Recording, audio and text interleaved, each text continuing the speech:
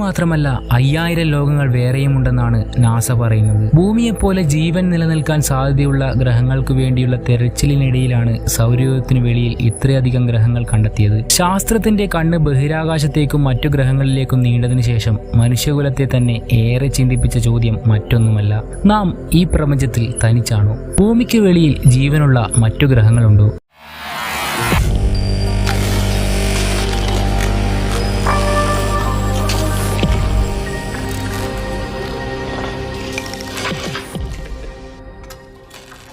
ഇതുവരെ കൃത്യമായ ഉത്തരം കണ്ടെത്താൻ കഴിഞ്ഞിട്ടില്ലെങ്കിലും ഇക്കാര്യത്തിൽ സുപ്രധാനമായ നിഗമനത്തിലെത്തിയിരിക്കുകയാണ് US ബഹിരാകാശ ഏജൻസിയായ നാസ. സൗരയൂഥത്തിനു വെളിയിൽ 5000-ഓളം ലോകങ്ങൾ കൂടിയുണ്ടെന്നാണ് നാസ കണ്ടെത്തിയത്. ഭൂമിക്ക് സമാനമായ 65 പുതിയ ഗ്രഹങ്ങൾ കൂടി കണ്ടെത്തിയതോടെയാണ് നാസ പുതിയ കണക്ക് പുറത്തുവിട്ടത്. സൗരയൂഥത്തിന് പുറത്തുള്ള നക്ഷത്രങ്ങളെ വലയം വെക്കുന്ന 5000-ലധികം ഗ്രഹങ്ങളാണ് നാസ ഇതുവരെ കണ്ടെത്തിയിട്ടുള്ളത്. ദ്രവരൂപത്തിൽ ജലം കാണാൻ സാധ്യതയുള്ളതും സൂക്ഷ്മജീവികളുടെ വളർച്ചയ്ക്ക് സഹായകമായ അന്തരീക്ഷവും ജീവൻ നിലനിർത്താൻ സഹായകമായ വാതകങ്ങളും ഉള്ള ഗ്രഹങ്ങൾ പട്ടികയിൽ എത്ര എണ്ണമുണ്ടെന്ന് വിശദമായ പഠനത്തിലൂടെ കണ്ടെത്തേണ്ടതുണ്ട്.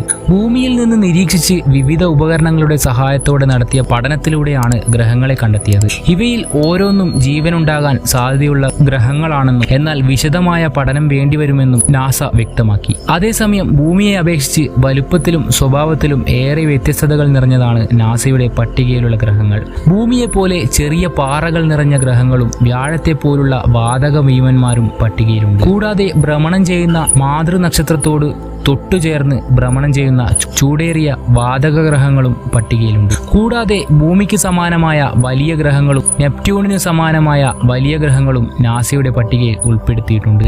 1990കളിലാണ് ശാസ്ത്രജ്ഞർ ആദ്യമായി സൗരയൂഥത്തിന് വെളിയിൽ മറ്റു നക്ഷത്രങ്ങളെ വലയം ചെയ്യുന്ന ഗ്രഹങ്ങൾ കണ്ടെത്തിയത്. ഈ പട്ടികയാണ് 5000-ന് മുകളിലേക്ക് വളർന്നത്.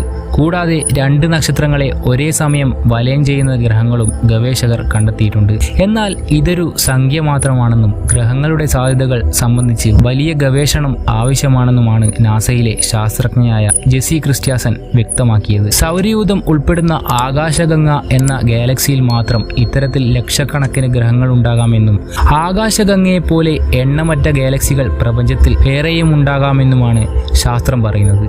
ഈ സാഹചര്യത്തിൽ ഭൂമിക്ക് സമാനമായ നിരവധി ഗ്രഹങ്ങളുണ്ടാകാനാണ് സാധ്യത.